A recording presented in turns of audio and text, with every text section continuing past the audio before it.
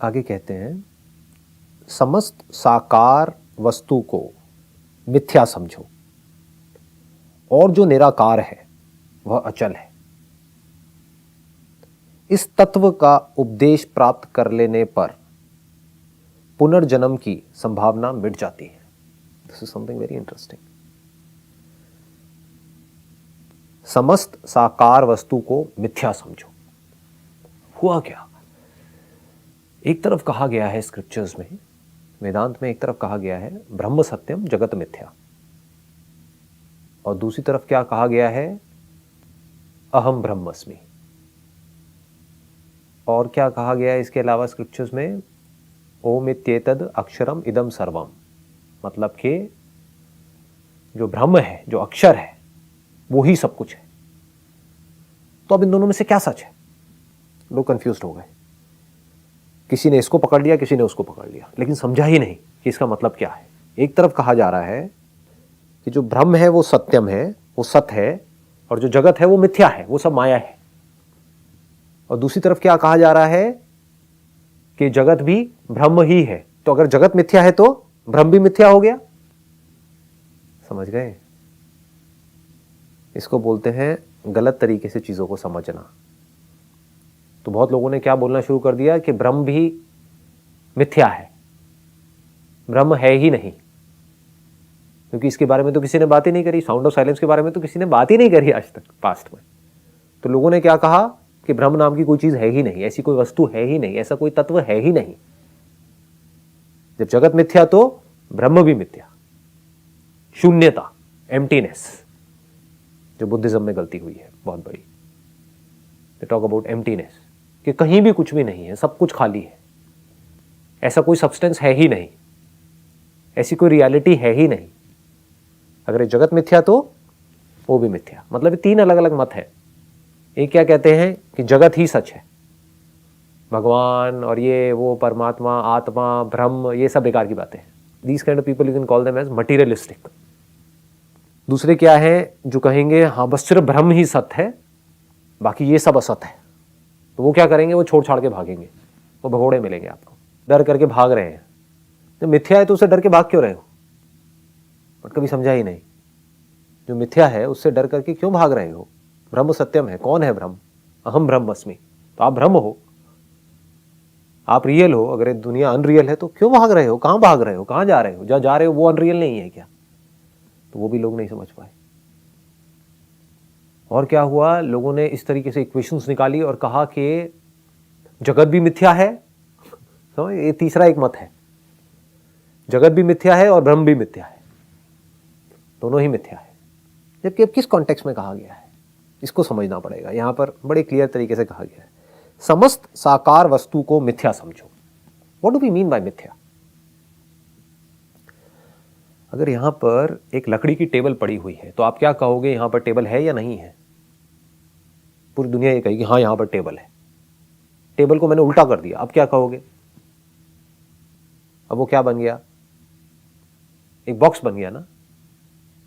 जब सीधी रखी तो वो टेबल लग रही है, उल्टी कर दी तो वो अब वो क्या है? बॉक्स है। तो क्या बॉक्स सच है या टेबल सच है? क्या वो बॉक्स है या टेबल है? ना वो बॉक्स है ना वो टेबल है, वो लकड़ी है। तो मिथ्या क्या है? जो भी कुछ इस दुनिया के बारे में हम कह रहे हैं, बोल रहे हैं, सोच रहे हैं, वो सब मिथ्या है। क्यों? क्योंकि है कुछ और, उसको हम बोल कुछ और रहे हैं। है लकड़ी, बोल टेबल रहे हैं। बोल टेबल रहे हैं इसमें कोई प्रॉब्लम नहीं है, उसको टेबल समझ रहे हैं, ये प्रॉब्लम है। इस बॉडी को बॉडी बोल रहे हैं, ये प्रॉब्लम नहीं है, बट खुद को बॉडी समझ रहे हैं, ये प्रॉब्लम है। तो समस्त साकार वस्तु को मिथ्या समझो और जो निराकार है वह अचल है। अचल मतलब वो जो कहीं आता जाता नहीं है, जैसे लहरें आती जाती है।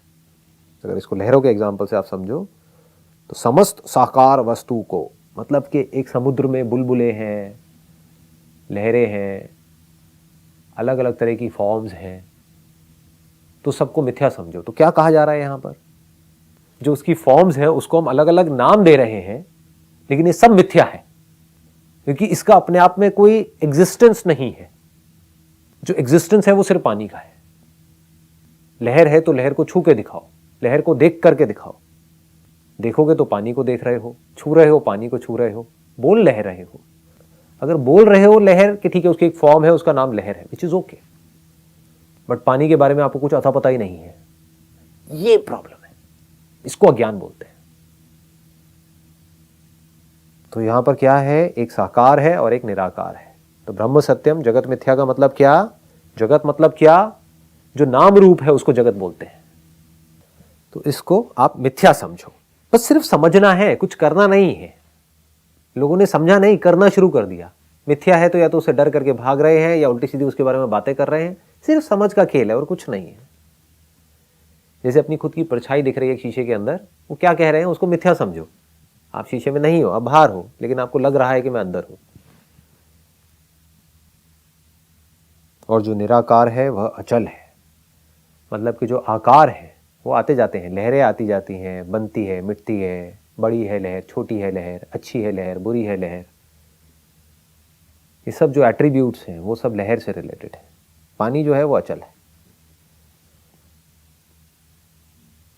स्पेस मूव नहीं होता है, स्पेस में जो कुछ है वो सब मूव हो रहा है, स्पेस अचल है। इस तत्व का उपदेश प्राप्त कर लेने पर पुनर्जन्म की संभावना मिट जाती है। अगर इसको हम अच्छे से समझ जाएं, ये जो तत्व है, इसको एक्सपीरियंस कर लिया, इसका हमको बोध हो गया और पूरी तरह से हमको समझ आ गया, बारीकी से समझ आ गया, तो वहां पर पुनर्जन्म की कोई संभावना नहीं है। इसका लोगों ने क्या मतलब निकाला कि अच्छा पुनर्जन्म की संभावना नहीं है, मतलब कि इसका मतलब पुनर्जन्म होता है, अब पुनर्जन्म नहीं होगा। क्योंकि डीपली समझते नहीं है। यहां पर क्या कहा जा रहा है, पुनर्जन्म की संभावना मिट जाती है। सिर्फ संभावना ही है। संभावना मतलब समभाव, आप एक भाव के साथ में एक हो गए हो। भाव मतलब वो जो सच नहीं है, एक भावना है।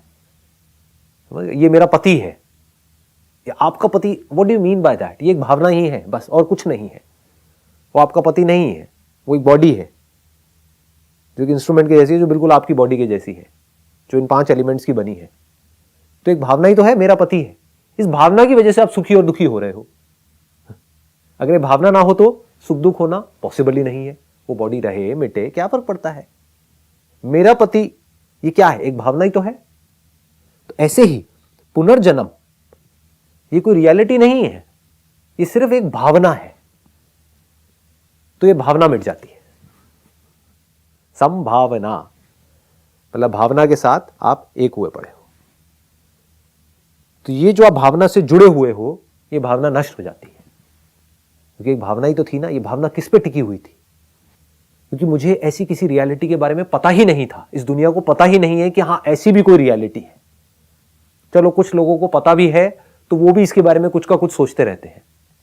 कोई इसको अनंतनाद बोलता है, कोई कुछ बोलता है, कोई कुछ बोलता है, और उसके बारे में कुछ सोचते रहते हैं कि हाँ मैं ये बॉडी हूं, ये अनंतनाद है जो मुझसे अलग है। अब ये एक रास्ता है, इस रास्ते पर चल करके मैं वहां जाऊंगा और वहां पर एक दरवाजा खुलेगा, वहां पर अंदर भगवान जी बैठे होंगे। ऐसा ऐसा लोग सोच रहे हैं। तो अगर कोई इसको रियलाइज कर भी लेता है, यहां तक पहुंच भी जाता है, तो स्क्रिप्चर्स क्या कह रहे हैं कि वो जो रियलिटी है, वो जो ब्रह्म है, वो ही आप हो। तो जब आदमी को ये समझ आ जाता है कि मैं वो ही हूं, जब तक ये समझ नहीं आया तब तक ये भावना नहीं मिटी। समझ कब तक नहीं आ सकता? जब तक इसको एक्सपीरियंस नहीं करोगे। नहीं तो थियोरेटिकली समझ रहे हो, समझते रहो हजारों सालों तक इन स्क्रिप्चर्स को, सब बेकार है, कचरा है, किसी काम का नहीं है। आप जितनी मर्जी गीता पढ़ लो, ये कर लो, वो कर लो, जब तक कि आपने थियोरेटिकली तो सब कुछ समझ लिया। पंडित बन सकते हो, कहीं पर बैठ करके इन मंत्रों को आप पढ़ सकते हो, उससे कुछ नहीं होगा। एक्सपीरियंस कर लिया लेकिन समझ ही नहीं आया, उससे भी कुछ नहीं होगा। क्योंकि एक्सपीरियंस करके फिर हरकतें वही कर रहे हो जो करते आए हो। भावना कुछ और ही है। तो जब भावना पूरी तरह से मिट जाती है, कौन सी भावना? कि मैं ये बॉडी हूं।